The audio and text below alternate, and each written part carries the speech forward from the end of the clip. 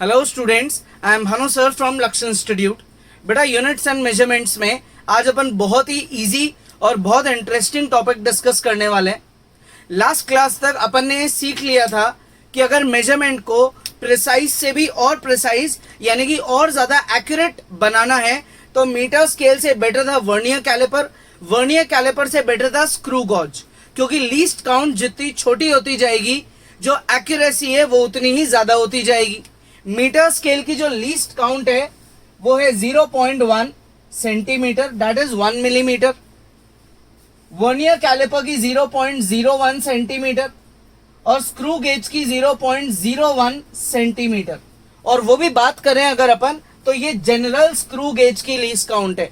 इससे भी ज्यादा छोटी लीस्ट काउंट हो सकती है स्क्रू गेज और वर्नियर कैलिपर दोनों की। ठीक है, अब ये बात तो हुई किस चीज की, एक नॉर्मल साइज के ऑब्जेक्ट्स के डिस्कशन की, है ना। जैसे ये मार्कर की आपको लेंथ निकालनी है तो आप इसके लिए यूज कर सकते हो मीटर स्केल या वर्नियर कैलिपर। आपको एक्यूरेट डायमीटर निकालना है तो आप इसके लिए वर्नियर कैलिपर या बेटर स्क्रू गेज भी यूज कर सकते हो। लेकिन अगर बात करी जाए कि बहुत छोटे डिस्टेंस को या बहुत बड़े डिस्टेंस को कैसे मेजर करें, जैसे एग्जांपल अर्थ से मून तक का डिस्टेंस या अर्थ से सन का डिस्टेंस या अर्थ से जुपिटर का डिस्टेंस, ये कैसे मेजर करें। या अगर ये डिस्कस करा जाए कि यार इस रूम में जो एयर है ना, उस एयर यानी कि मॉलिक्यूल्स का डायमीटर कैसे पता करें, एक मॉलिक्यूल, एक एटम, एक इलेक्ट्रॉन की साइज कैसे पता करें। तो उस समय मतलब सालों पहले ही बहुत कॉमन बहुत इजी मेथड्स की डिस्कवरी हो गई थी ऐसी लेंथ्स की प्रॉब्लम को सॉल्व करने के लिए। तो सबसे पहले अपन बात करेंगे लॉन्ग डिस्टेंस के बारे में, जैसे how to measure distance between earth and moon और अर्थ एंड सन। इस प्रॉब्लम को सॉल्व करने के लिए एक मेथड इंट्रोड्यूस करा गया जिसे बोला जाता है पैरेलैक्स मेथड। क्या बोलते हैं इसको? Parallax method.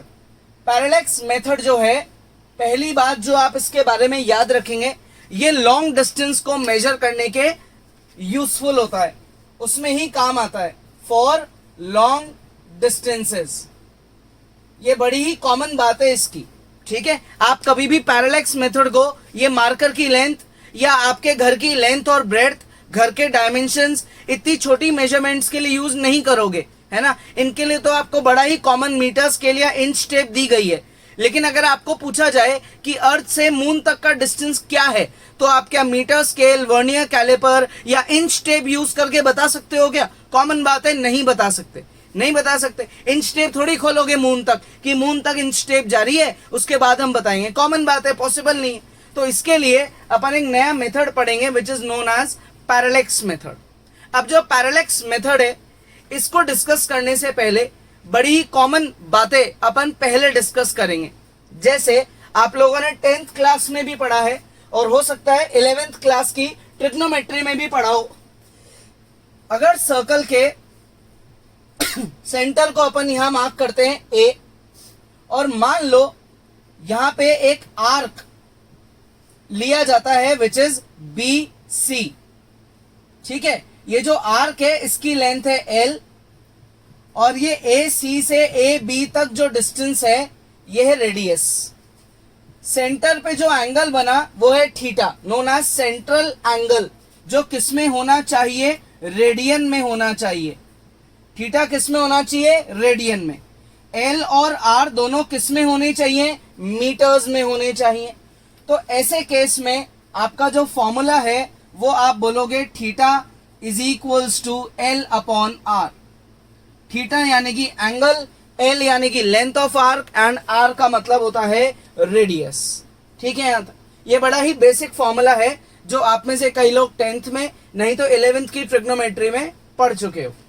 अब देखो, अब इन केस नहीं भी पढ़ा तो अपन यहां पढ़ लेंगे।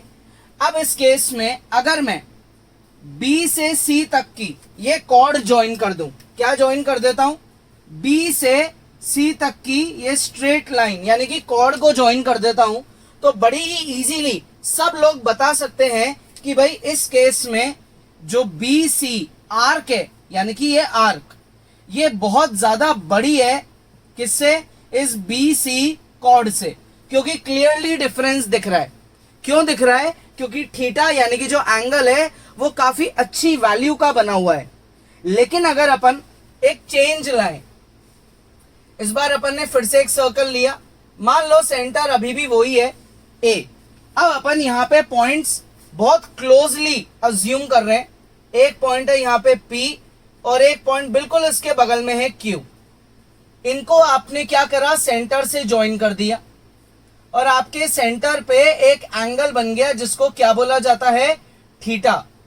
सेंटर पे क्या बन गया, एक एंगल बन गया जो क्या है, थीटा। ठीक है, और ये लेंथ है आपकी r और ये आर्क लेंथ जो है ये है l, ये आर्क लेंथ है। अब इस केस में अगर आपको बोला जाए कि P से Q स्ट्रेट लाइन को ज्वाइन करो, ठीक है, तो ये PQ स्ट्रेट लाइन और PQ आर्क नियरली इक्वल है ना, काफी हद तक जो इनकी लेंथ है वो क्या है, इक्वल है। PQ आर्क और PQ कॉर्ड की जो लेंथ है वो ऑलमोस्ट इक्वल है, बिकॉज एंगल यानी कि ये थीटा बहुत छोटा है। इस केस में थीटा क्या है, बहुत ज्यादा छोटा है, इसलिए अपन बोलेंगे कि आर्क और कॉर्ड की लेंथ ऑलमोस्ट बराबर है। तो अगर इस केस में मैंने यही फॉर्मूला अप्लाई किया तो theta which is equal to L by R, यही होता है फॉर्मूला। अब यहां जो L है, L वो चीज वो क्या है, वो है PQ आर्क। मैं बोल रहा हूं कि PQ आर्क PQ कॉर्ड के बराबर है। आप कॉर्ड पे ये ऊपर लाइन नहीं भी लगाओ तो भी अंडरस्टूड होता है कि ये कॉर्ड ही है। ठीक है, तो आर्क की जगह मैं कॉर्ड भी लिख सकता हूं। तो यहां से एक नया फॉर्मूला डिराइव हो गया थीटा का। अगर थीटा बहुत ज्यादा छोटा एंगल है तो ये फॉर्मूला भी आप लगा सकते हो, थीटा के सामने वाली कॉर्ड अपॉन जो डिस्टेंस यानी कि जो रेडियस है। लेकिन अगर थीटा बड़ा है तो आपको आर्क लेंथ का ही यूज करना पड़ेगा।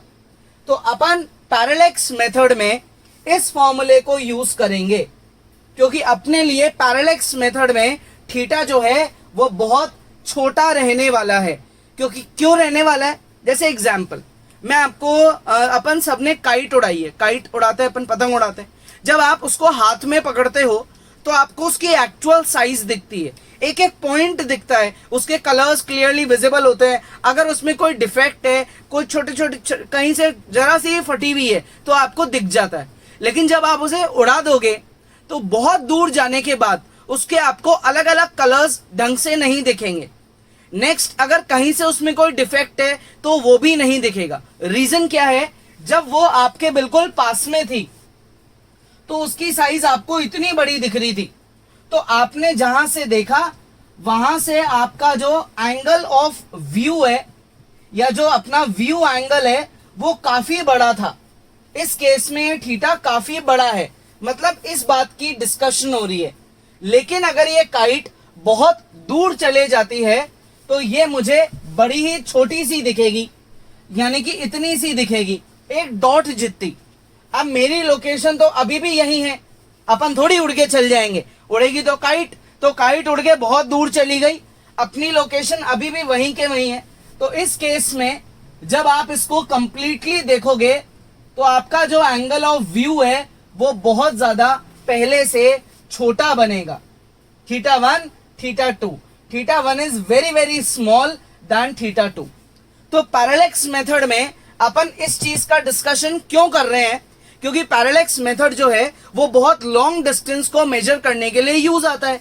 यानी कि ये वाला केस हो गया। तो अगर काइट या बल्कि उससे भी बहुत दूर ऑब्जेक्ट्स है, जैसे अर्थ से मून या अर्थ से स्टार्स, तो वो तो काइट के कंपैरिजन में भी हजारों किलोमीटर दूर है, बल्कि हजारों से भी ज्यादा है। तो उस केस में थीटा जो है वो बहुत ही ज्यादा छोटा होने वाला है, बहुत माइन्यूट साइज का होने वाला है। इसलिए अपन अब आगे के टॉपिक में इस चीज को डिस्कस नहीं करेंगे। इससे अपन ने एक नई चीज डिराइव कर ली, उसको डिस्कस करेंगे, इसके बारे में पढ़ेंगे, इसके लॉजिक सीखेंगे। ठीक है, बहुत इजी है। तो आप लोग क्या करेंगे, आप लोग अभी वीडियो पॉज करेंगे और जो भी मैंने लिखा है वो कॉपी करेंगे। अब बात करते हैं किस चीज की, थीटा के बारे में। भाई दोनों फॉर्मूले में जो थीटा यूज आएगा या अपन बोले पैरेलक्स मेथड में जो थीटा यूज आएगा वो थीटा किस में होना चाहिए, वो थीटा रेडियन में होना चाहिए। लेकिन जरूरी तो नहीं है कि हर बार आपको थीटा रेडियन में ही गिवन होगा। हो सकता है कि आपको जो थीटा है वो डिग्री में गिवन हो, या हो सकता है मिनट में गिवन हो, या सेकंड में गिवन हो। एग्जाम्पल अगर मैंने ऐसे लिखा 30 डिग्री, तो ये सिंबल डिग्री का होता है। अगर मैंने ये हटा के एक डैश लगा दिया तो ये सिंबल मिनट का होता है। अगर मैंने 2 डैश कर दिए तो ये सिंबल सेकंड का बन जाता है। अब चाहे डिग्री हो, मिनट हो या सेकंड हो, अपने को थीटा रखना है हमेशा रेडियन में। ये इंपॉर्टेंट है फॉर यूजिंग दिस फॉर्मूला, है ना। तो अब आप थीटा को रेडियन में कैसे करेंगे? अगर आपको डिग्री को रेडियन में कन्वर्ट करना है तो इसके लिए आप मल्टीप्लाई करते हैं पाई बाय 180 से। अगर आपने 11th की ट्रिग्नोमेट्री ऑलरेडी पढ़ ली है तो आपको ये चीज पता होगी कि पाई बाय 180 से मल्टीप्लाई करते हैं और पाई की वैल्यू अप्लाई कर देते हैं। लेकिन इसको थोड़ा अगर और इजी किया जाए अपने पैरेलक्स मेथड के न्यूमेरिकल्स को सॉल्व करने के लिए, तो अपन बोल सकते हैं कि भाई पाई बाय 180 से मल्टीप्लाई मत करो, इसको डायरेक्टली मल्टीप्लाई कर दो 1.745 10 टू द पावर -2। अगर आप इससे मल्टीप्लाई करोगे तो ये थीटा डिग्री से डायरेक्टली क्या बन जाएगा? रेडियन बन जाएगा। किससे मल्टीप्लाई कर दो? 1.745 इंटू 10 की पावर -2। कॉमन सी बात है, ये वैल्यू किससे डिराइव हुई है? ये वैल्यू पाई बाय 180 से ही डिराइव हुई है। उसी को सॉल्व करके ये वैल्यू निकाली गई है। लेकिन अपना तो टाइम बचेगा अगर अपन इसको डायरेक्टली यूज कर लेंगे तो। सिमिलरली अगर मिनट्स की जगह आपको रेडियन में कन्वर्ट करना है, अच्छा रेडियन में आर स्मॉल आर होता है, तो अब आप यहां पे मिनट्स को ऑब्वियसली 60 से डिवाइड करके डिग्री बना सकते हैं और डिग्री से रेडियन पे जा सकते हैं। लेकिन अगर मुझे डायरेक्टली रेडियन पे जाना है तो मेरे पास एक और तरीका है। मैं यहां लिख सकता हूं 2.91 इंटू 10 की पावर -4।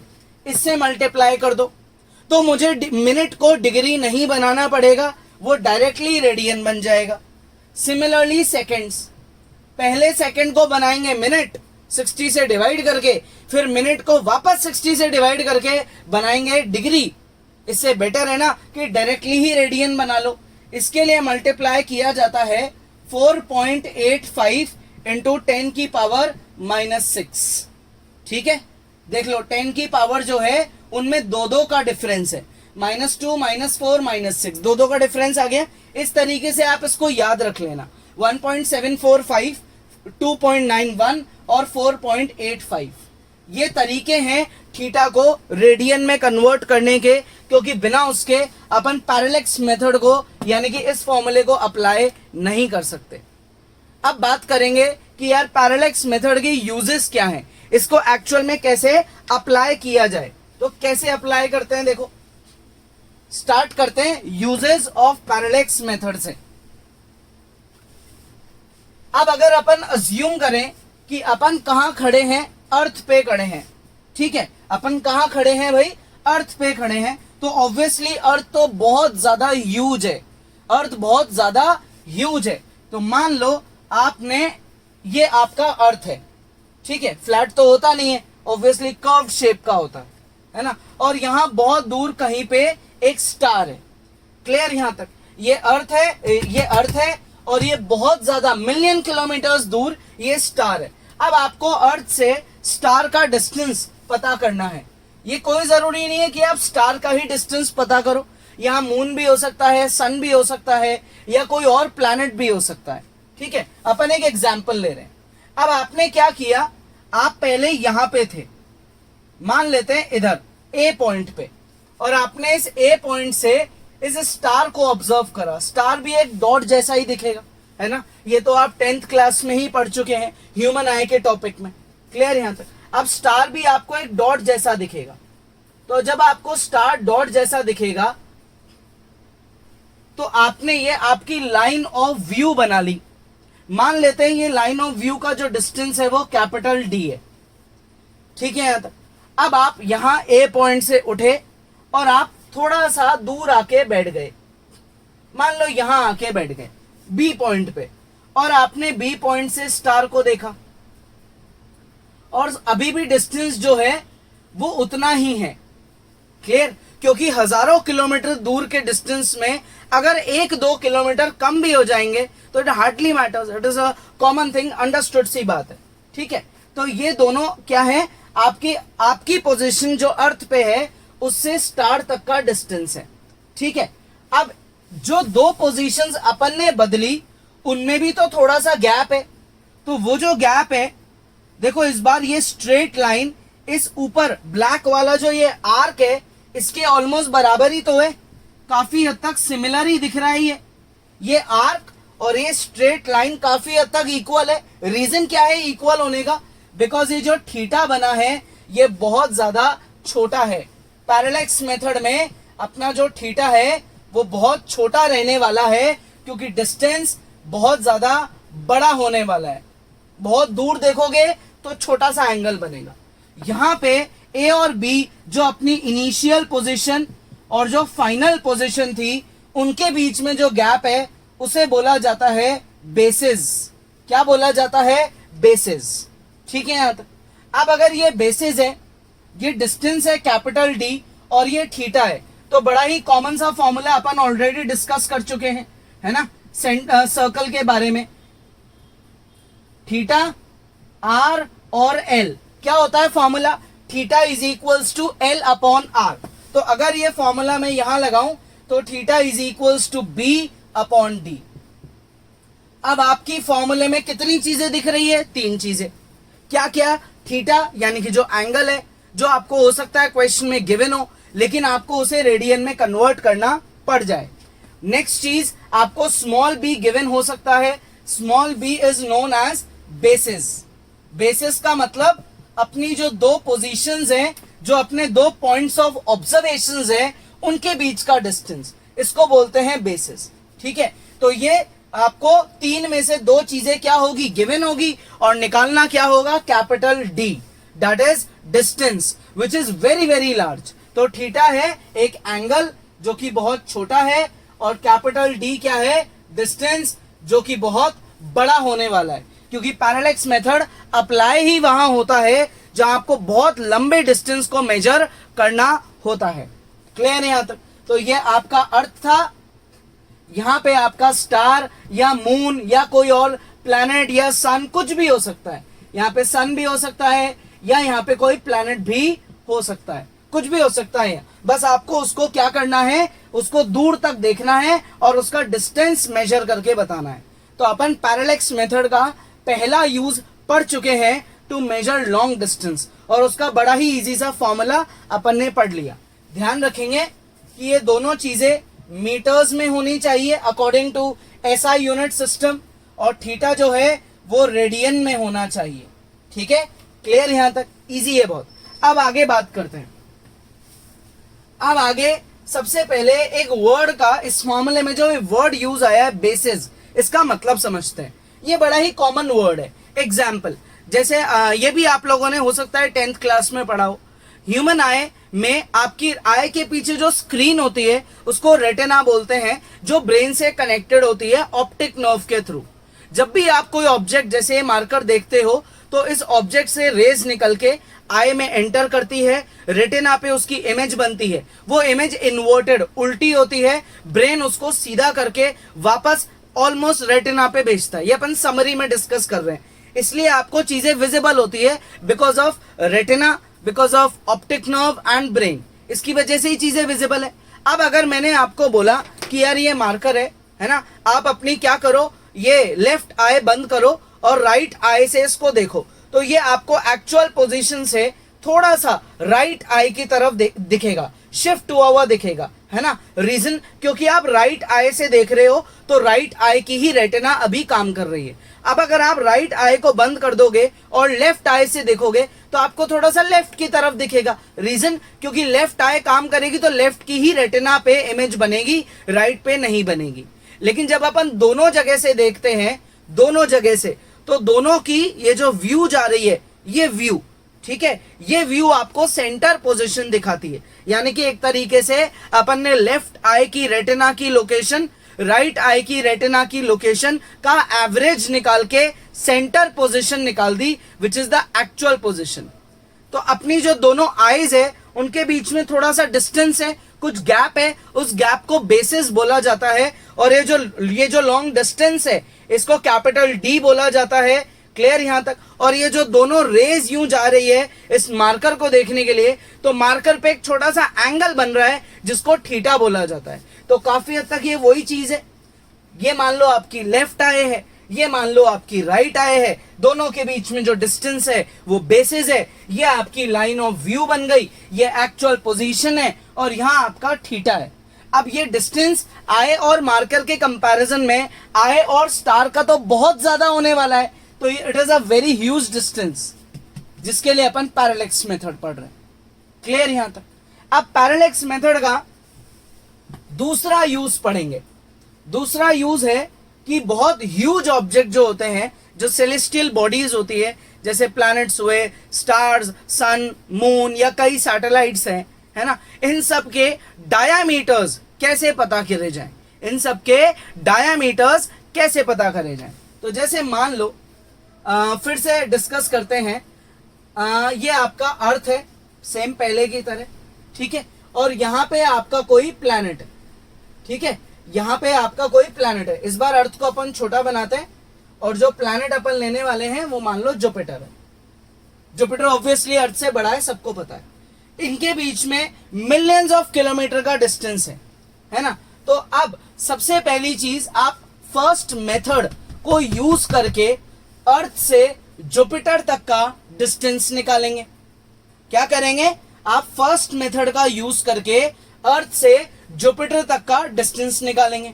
हो सकता है वो डिस्टेंस आपको न्यूमेरिकल में गिवन हो, लेकिन अपन प्रैक्टिकली बात कर रहे हैं कि भाई स्टेप्स क्या होते हैं। तो स्टेप 1 है कि आप फर्स्ट प्रोसीजर का यूज करके पहले डिस्टेंस निकाल लो, उसके बाद डायमीटर निकालेंगे।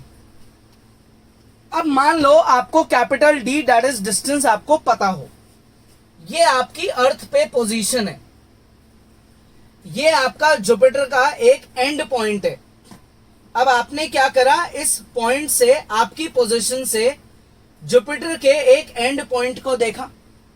ये जुपिटर का दूसरा एंड पॉइंट है, यानी कि डायमेट्रिकली ऑपोजिट पॉइंट है। तो आपने इस पॉइंट से इस दूसरे पॉइंट को देखा, ये कंप्लीटली डायमेट्रिकली ऑपोजिट पॉइंट्स है।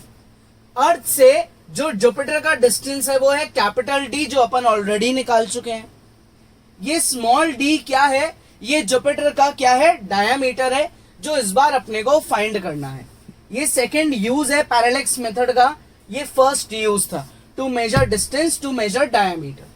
ठीक है, अब अगर सुनना ढंग से, ए पॉइंट पे कंपास की नीडल होती और बी पॉइंट तक मैं कंपास को खोलता तो ये रेडियस का काम करता, है ना। कंपास इतना बड़ा खुल जाता तो ये रेडियस का काम करता और यूं ऐसे कर्व बन जाता। अब कॉमन बात है, यहां पे जो कर्व बनने वाला है वो बहुत ही ज्यादा छोटा बनेगा। रीजन, क्योंकि रेडियस बहुत बड़ा है यार, हजारों किलोमीटर का रेडियस है, तो छोटा सा ही आर्क बनेगा। ये तो फिर भी इसमें बड़ा दिख रहा है, इससे बहुत ज्यादा छोटा बनने वाला है। ठीक है, इससे भी बहुत ज्यादा छोटा बनने वाला है। तो इसका मतलब इस केस में अपन ये बोल सकते हैं कि ये जो बी सी आर्क है ये कॉर्ड के बराबर है, क्योंकि इतनी दूरी तक आपको तो पता भी नहीं पड़ेगा कि कॉमन सी बात है कि स्ट्रेट लाइन है या कर्व है ना। जब दिखता ही नहीं है ढंग से तो पता कैसे पड़ेगा। अपनी आई की एक लिमिट ऑफ विजन है ना, एक्यूरेसी की विजन है। अपन हजारों किलोमीटर दूर देख तो सकते हैं, लेकिन एक्यूरेसी की तो एक लिमिट है ना। एक तरीके से आई का भी कुछ तो लीस्ट काउंट है।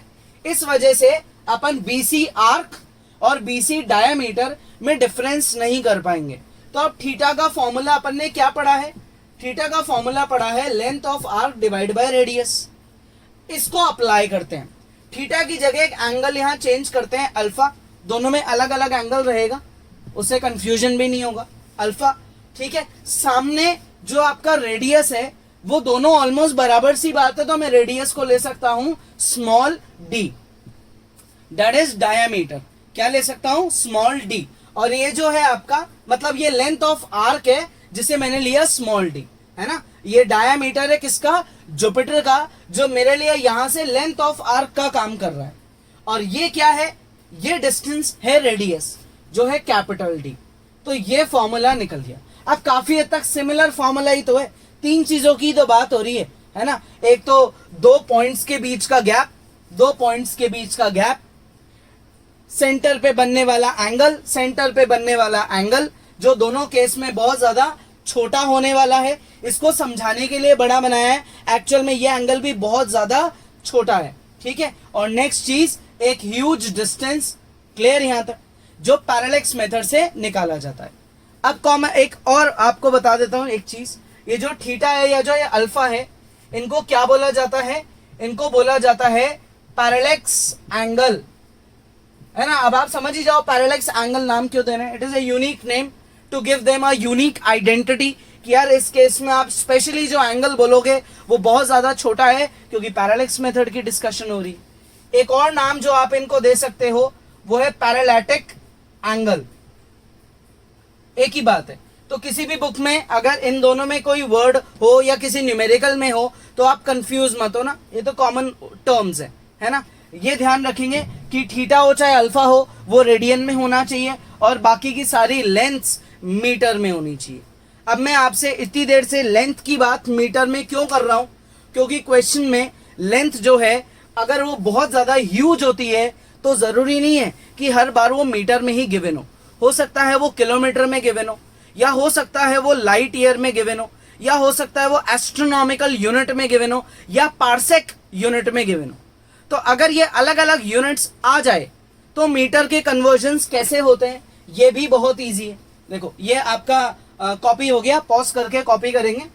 अब मैं आपको कन्वर्जन्स बता देता हूं मीटर में। मीटर में कन्वर्जन्स कैसे करेंगे भाई अपन, अपनी स्टैंडर्ड यूनिट होती है मीटर।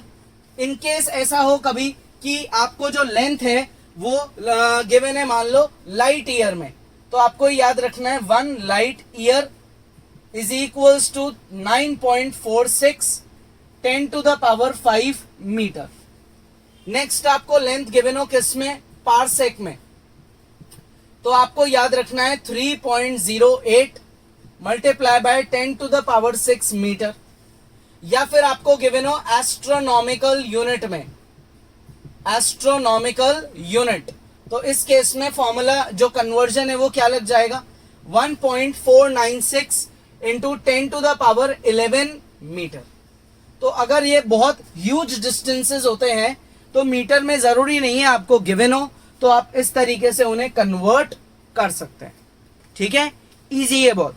तो अपन ने ये पढ़ा है आज अभी तक कि लॉन्ग डिस्टेंसेस को मेजर करना है तो पैरेलैक्स मेथड क्या होता है, कॉपी करेंगे। फिर अपन डिस्कस करते हैं कि अगर बहुत छोटी लेंथ को मेजर करना है तो क्या करते हैं। कॉपी करो, पॉज करो और कॉपी करो। देखो अब कुछ क्वेश्चंस डिस्कस करते हैं पैरेलैक्स मेथड को अप्लाई करने पे। The sun's angular diameter is measured to be 1920 double dash यानी कि second. Now what is angular diameter, मान लो ये आपका यहाँ पे अर्थ है, ठीक है, और यहाँ पे आपका कहीं सन है। ये सन का क्या है, डायमीटर है। ये सन का क्या है, डायमीटर है। ये पॉइंट है आपका ए, ये पॉइंट है आपका बी। आपने सी पॉइंट से ऑब्जर्व करना स्टार्ट करा, तो एक बार तो आप सी पॉइंट से ए पॉइंट की तरफ देखोगे और फिर आप सी से बी की तरफ देखोगे, यानी कि आप पैरेलैक्स मेथड का सेकंड जो यूज है उसे अप्लाई कर रहे हो, सेकंड एप्लीकेशन कर रहे हो। यहां जो एंगल है वो अल्फा बनेगा। ये एंगल कब बना, जब आप डायमीटर को देख रहे हो। इस एंगल को बोला जाता है पैरेलैटिक एंगल, और इस क्वेश्चन में इसका एक और नाम यूज हुआ है एंगुलर डायमीटर, यानी कि यहां जो ये एंगुलर डायमीटर है वो कुछ भी नहीं है, वो अल्फा ही है। तो एंगुलर डायमीटर आपको गिवन है विच इज 1920 सेकेंड्स। लेकिन अपने को ये याद रखना चाहिए कि सेकेंड में एंगल नहीं चलेगा, रेडियन में होना पड़ेगा, तो अपन इसको कन्वर्ट कर देंगे। तो अपन यहां लिखेंगे 1920 मल्टीप्लाई बाय 4.85 इंटू 10 की पावर -6। ये अपना एंगल कन्वर्ट हो गया रेडियन में। अब आपको क्या गिवन है, ये डिस्टेंस गिवन है आई थिंक, है ना, ये रहा डिस्टेंस। ये कैपिटल डी गिवन है, ऑलरेडी मीटर में है। अगर इनकेस ये भी आपका लाइट ईयर या पार्सेक में होता तो आप इसको मीटर में कन्वर्ट करते, वो मैंने आपको रिलेशन पहले ही बता दिया। ये दो चीजें आ गई। फाइंड क्या करना है, फाइंड करना है small D which is diameter. किसका डायामीटर, सन का डायामीटर, ये मुझे फाइंड करना है। तो फॉर्मूला क्या होता है, फॉर्मूला होता है alpha is equals to small D upon capital D, यानी कि theta equal to L by R. उस लॉजिक से अपन ने निकाला है ना। अब इससे आप स्मॉल डी की वैल्यू क्या बोलोगे, alpha multiply by capital D. करें अप्लाई, अल्फा की जगह ये रही value 1920.4.85 multiply 10 to the power -6 और साथ में capital D which is 1.496 into 10 to the power 11। और यू रीजन आप डायमीटर निकाल रहे हैं तो आंसर जो है आपका मीटर्स में आने वाला है। तो अब आप क्या करेंगे, 10 की पावर्स को आपस में सॉल्व कर सकते हैं और बाकी सारे कांस्टेंट्स को एक साथ लिख सकते हैं। तो अब आगे की कैलकुलेशन बड़ी बेसिक है, जिसमें आपको सिर्फ क्या करना है, इनका मल्टीप्लिकेशन करना है और 11 में से 6 गया तो 5।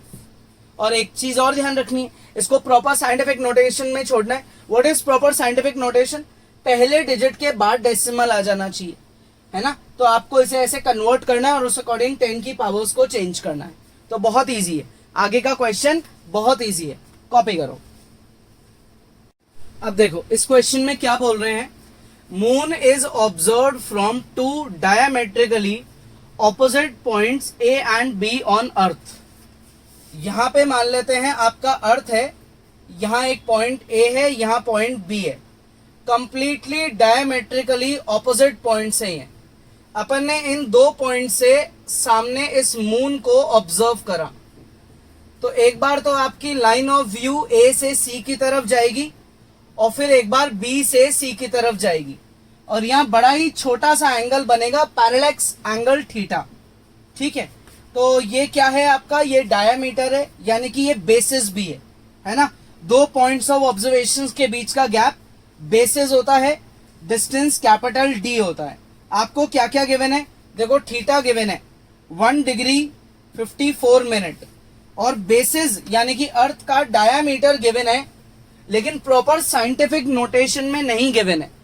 अगर मैं डेसिमल को लेफ्ट में शिफ्ट करता हूं तो मुझे इसको क्या लिखना पड़ेगा, 1.276 multiply 10 to the power 6 multiply 10, तो ये हो गया 1.276 multiply 10 to the power 7 metre. ये है आपका बेसिस, ये है आपका एंगल। अब आपने इसको स्टैंडर्ड फॉर्म में कन्वर्ट कर लिया, इसको भी तो करो, यानी कि इसको भी तो रेडियन में कन्वर्ट करो। तो उसके लिए क्या करेंगे अपन यहाँ थीटा को लिख देते हैं भाई 1 डिग्री 54 मिनट है, यानी कि ये हुआ 60 प्लस 54 मिनट, यही हुआ है ना, क्योंकि 1 आवर में 60 मिनट्स होते हैं, यानी कि 114 मिनट। ये आपका थीटा मिनट्स में आ गया। अब आप मिनट्स को क्या बनाओगे, रेडियन बनाओगे। कैसे बनाओगे, आप इसको लिखोगे 114 multiply by 2.91 into 10 to the power -4 radian. तो ये भी आपकी स्टैंडर्ड वैल्यू आ गई। फॉर्मूला क्या होता है, फॉर्मूला होता है थीटा इक्वल्स टू बी, यानी कि बेसिस अपॉन जो डिस्टेंस है डी। इससे अपन ये लिख सकते हैं distance is equal to B upon D, है ना, इंटरचेंज हो गए। अब आप इन दोनों को अप्लाई कर दो, तो स्मॉल बी की जगह 1.276 10 टू द पावर 7 और अपॉन में जो थीटा है 114 2.91 10 टू द पावर -4। अच्छा, अब ये 10 की पावर जो नेगेटिव है वो ऊपर जाके पॉजिटिव हो जाएगी और 7 प्लस 4 11 हो जाएगी। डेसिमल से डेसिमल को रिमूव करते हैं तो कैपिटल डी हो जाएगा 1276 अपॉन में 114 इंटू 2910 और मल्टीप्लाई में 10 की पावर 11। अब आप क्या करेंगे, इस पूरी टर्म को सॉल्व करेंगे और कैपिटल डी की वैल्यू निकालेंगे मीटर्स में। और ध्यान रखना साइंटिफिक नोटेशन में आंसर छोड़ना है, दैट इज पहली प्लेस के बाद डेसिमल आना चाहिए। तो बेसिक कैलकुलेशन है, इतना सा मल्टीप्लिकेशन डिवीजन आप लोग सेल्फ करेंगे। क्वेश्चन का जो लॉजिक है और उसको अटेम्प्ट कैसे करना है वो मैंने सिखा दिया, कॉपी करो। नेक्स्ट, ये क्वेश्चन आपके एनसीईआरटी का अनसॉल्व्ड क्वेश्चन है। जो आज की क्लास में सबसे पहला न्यूमेरिकल करा था वो एनसीईआरटी का सॉल्व्ड एग्जाम्पल था, है ना। अब ये एनसीईआरटी का करते हैं, मतलब अपन पैरेलैक्स मेथड के वो सारे क्वेश्चंस कर रहे हैं जो एनसीईआरटी में भी हैं, उसके अलावा भी कर रहे हैं। देखो, planet Jupiter is at a distance of this million kilometre. आपको डिस्टेंस गिवन है, डिस्टेंस को ले लेते हैं कैपिटल डी, 824.7 मिलियन। तो सबसे पहली बात, मिलियन का क्या ट्रीटमेंट होता है? मिलियन को आप लिखोगे 10⁶। अब अगर इसको प्रॉपर साइंटिफिक नोटेशन में लाना है तो इस डेसिमल को इधर ले जाओ, यानी कि 8.247 10⁸ किलोमीटर बना दो। और अगर अपन आगे कैलकुलेशंस अभी और करने वाले हैं तो इस डेसिमल को हटा भी सकते हो, वो ज्यादा इजी है मेरे अकॉर्डिंग। तो डेसिमल्स को इग्नोर कर दो, ये आपकी वैल्यू आ गई without any decimal term. Next आपको क्या गिवन है? नेक्स्ट आपको गिवन है एंगुलर डायामीटर 35.72 सेकेंड्स।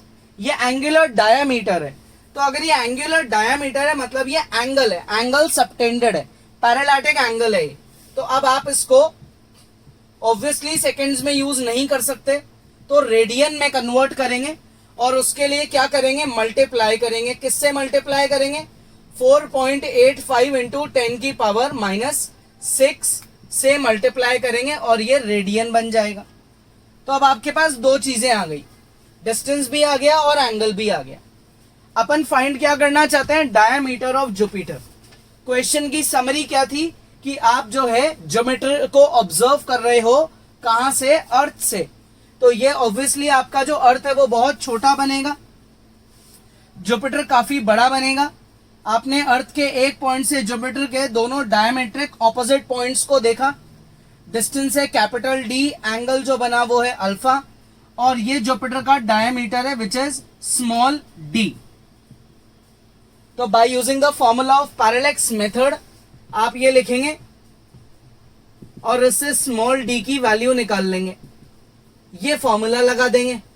तो अब आपके पास अल्फा है रेडियन में और आपके पास कैपिटल डी है किलोमीटर में। तो अब आप डायामीटर निकाल देंगे, 35.72 मल्टीप्लाई बाय 4.85 10⁻⁻6, ये तो है अल्फा की वैल्यू। और कैपिटल डी क्या है? 8247 मल्टीप्लाई 10⁵।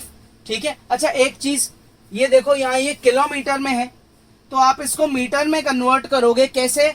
5 को 8 बना दो, किलोमीटर में 3 जीरो और लगाने से वो मीटर बन जाता है। तो ये अपने से गलती हो जाती अगर अपन डायरेक्टली किलोमीटर को ही यूज कर लेते तो अपन ने इसको मीटर बना दिया। अब ये दोनों टर्म्स मल्टीप्लाई हो जाएगी और यहां रह जाएगा 10⁻²। तो ये हो गया 35.72 4.85 8247 मल्टीप्लाई 10⁻²। 2 क्यों रह गया? क्योंकि मल्टीप्लाई में पावर्स ऐड होती है। 10⁻² का मतलब होता है 100, 100 में 2 जीरो होते हैं, मतलब आप इसका या इसका किसी भी एक का डेसिमल हटा सकते हो। तो अब आपको क्या करना है? आपको इनको मल्टीप्लाई करना है और प्रॉपर साइंटिफिक नोटेशन में आंसर को छोड़ना है। ऐसा यूनिट में आप आंसर छोड़ेंगे किलोमीटर में, इन्हें मल्टीप्लाई करेंगे और प्रॉपर जो साइंटिफिक नोटेशन है वो क्या होता है? फर्स्ट प्लेस के बाद डेसिमल आना चाहिए। इस फॉर्म में आंसर को छोड़ेंगे। ठीक है, आ गया समझ में? बहुत बेसिक क्वेश्चंस हैं। तो आज की क्लास में अपन ने काफी क्वेश्चंस डिस्कस कर लिए, किस पे? पैरेलैक्स मेथड पे, और उसके बारे में भी पढ़ लिया, उसके दोनों एप्लीकेशंस भी पढ़ ली। नेक्स्ट क्लास में अपन ये पढ़ेंगे कि बहुत छोटी लेंथ होती है तो उसको कैसे मेजर किया जाता है। आज की क्लास में कोई भी डाउट है तो आप वीडियो को दोबारा देख लो। नेक्स्ट क्लास में आगे बढ़ते हैं।